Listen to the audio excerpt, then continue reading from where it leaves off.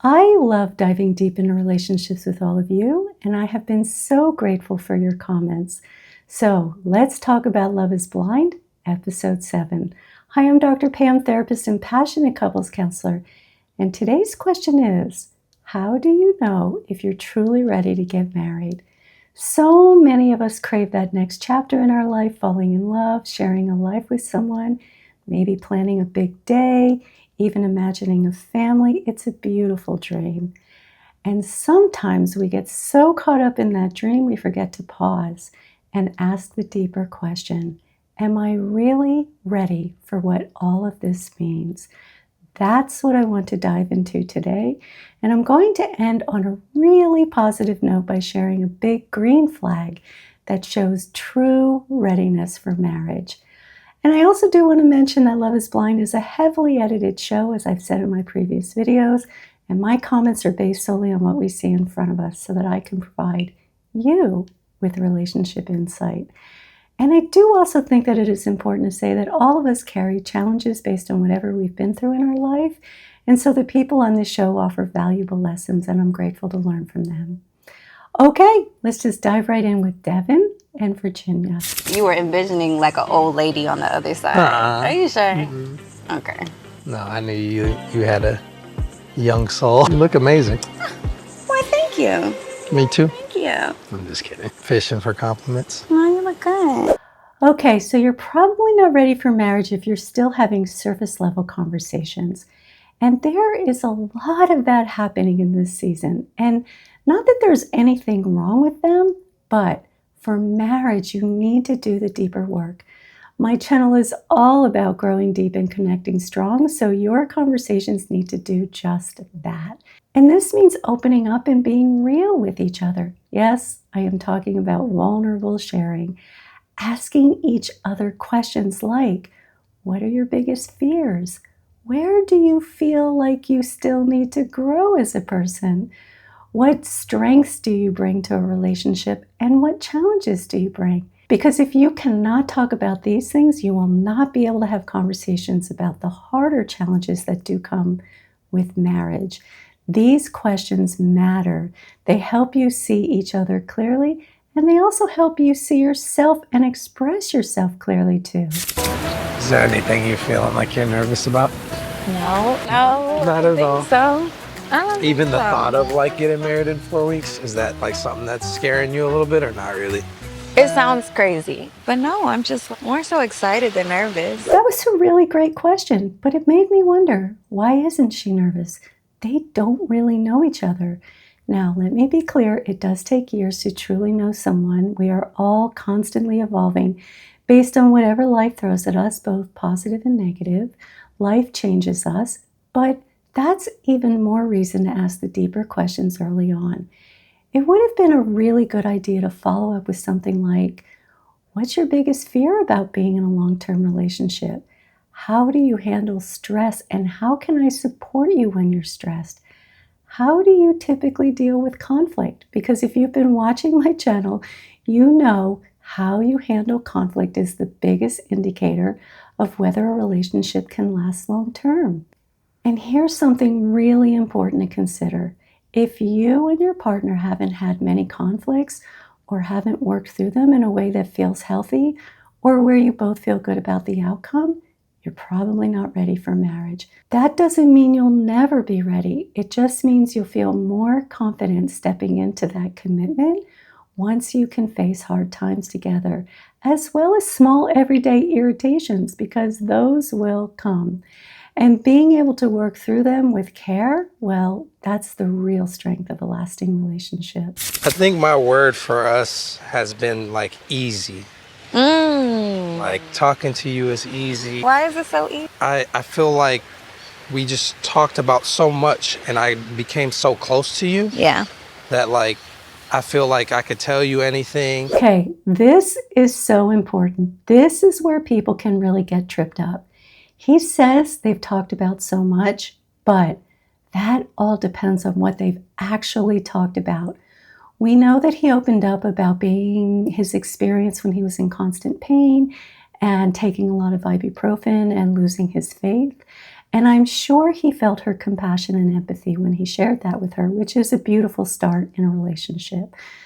But, and this is such a big but, being able to talk with each other about each other, that is a whole different level. That's where things start to get real.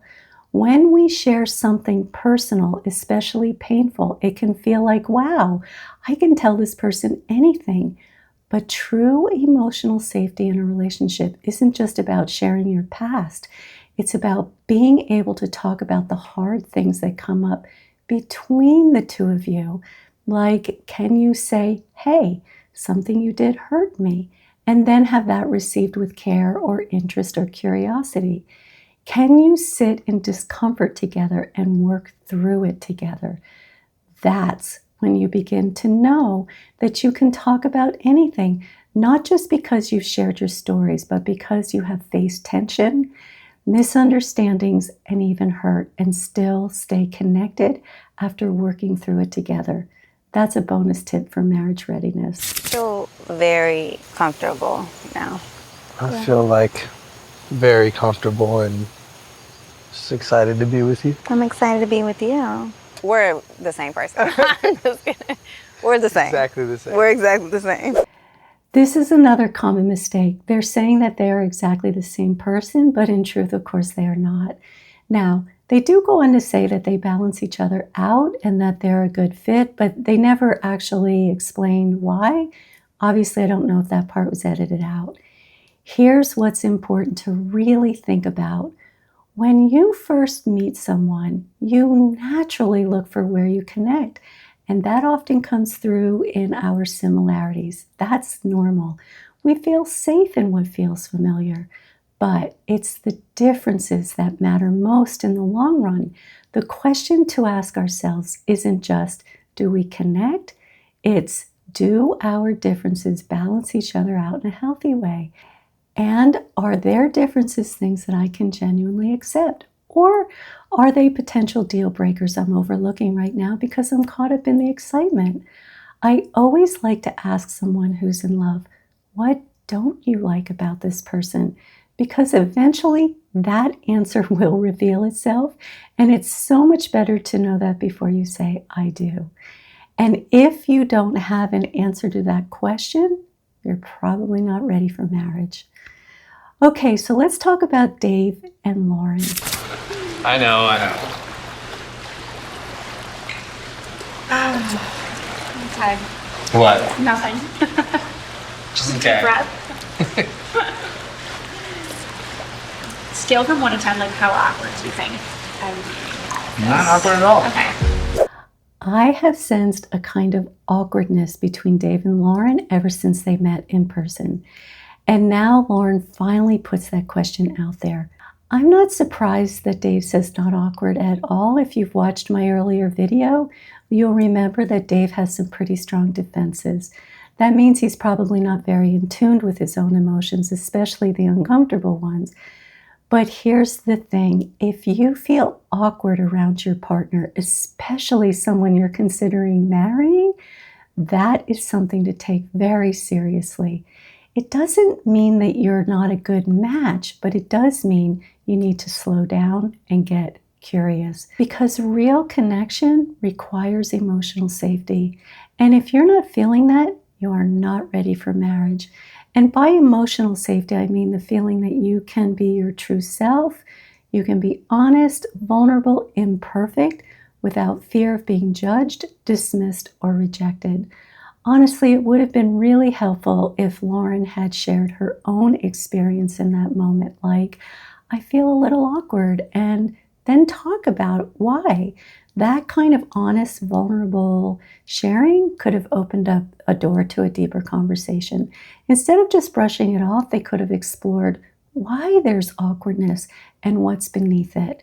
And that's the real insight here. Awkwardness isn't the problem. Not being able to talk about it is. And if you keep watching them, you'll notice they don't talk about anything of real substance. Yet again, that's another sign that you're not ready for marriage. Me and Lauren have not had sex yet. I've seen her naked. There's nothing I'm like, I hate this so much. Good. I feel like that would be alarming. Yes. Yeah. I also Maybe the new hair. All right. I'm kidding. Dave constantly throws digs at Lauren and then brushes them off by saying, I'm kidding. Telling her he hates her hair and then laughing it off, these kind of remarks might seem harmless on the surface, but they can slowly erode emotional safety. Lauren may not even be fully aware of it, but this could be part of the reason why she feels uneasy around him. And the reason that I showed you the clip where Dave says, I've seen her naked, that moment is an example of his emotional immaturity. Yes, I understand that on this show, people sometimes talk about whether they've been physically intimate, but the way that Dave said it, unprompted and with a kind of bragging, it felt more like he was trying to prove something and show off. Kind of like something a teenage boy would say to their friends. That kind of comment lacks awareness and respect, both for Lauren and for the intimacy that they've shared. When someone is emotionally mature, they understand that intimacy is personal and they speak about it with care and respect. Saying something like that to the interviewer crosses a boundary. It shows that he may not fully understand the weight of emotional and physical closeness in a relationship. Again, all the reasons that they are not ready for marriage. Okay, let's end this on a positive note. In my last video, I broke down the entire tension-filled conversation between Daniel and Taylor about Instagram. And there was one moment that really stood out to me in the best way. Daniel said to her, if you need more processing, I'm open to do that with you. I loved that because it showed emotional openness, patience, and a willingness to stay connected even through hard conversations. So let's check in and see how they are doing. Are they still processing? I still feel really bad. So I don't regret having the conversation, but I do regret the way that I handled that conversation. Here's what's important. If that conversation about Instagram hadn't gone as well as it did, Taylor probably would not have felt emotionally safe to bring it up now. And that's huge. She knew on some level she could come to him, share how she felt, and be met with openness instead of defensiveness. That kind of safety is what builds trust in a relationship. You handled it the only way that you could have. Like I know, but looking back, like I wouldn't handle it that same way now. Don't feel bad. I totally get it. Yeah. I would have felt the same way if I was in your shoes. You know, it was a view into how we handle things together. Yeah. I love this. Exactly. Daniel's words, it was a view into how we handle things together, are spot on. Just the fact that he could recognize that moment for what it was shows emotional insight, and that builds trust. They are building that all-important foundation that is needed for a strong and connected relationship. That is huge green flag for marriage. And there's one more huge green flag between them. Watch this. Life isn't always going to be sunshine and rainbows and drinking G&Ts and on a dock on the beach in Honduras. As much as I think neither of us would have preferred that happen, I think it honestly will bring us like closer together. They are being realistic. They know life will bring them challenges. Earlier, I mentioned how easy it is to get caught up in the fantasy of a perfect future together. But Daniel and Taylor are doing something different. They are acknowledging that things won't always be easy. Taylor sees and genuinely appreciates Daniel's patience, and Daniel values that Taylor stayed emotionally connected by bringing up the Instagram conversation. That is a big, beautiful green flag for marriage. This kind of honest, grounded connection is exactly what lasting love is built on. Well, that is a wrap for episode 7. Make sure to come back for episode 8 of Love is Blind for more tips on growing deep and connecting strong together. And if you found these tips helpful today, please give this video a thumbs up and share it with someone who might benefit.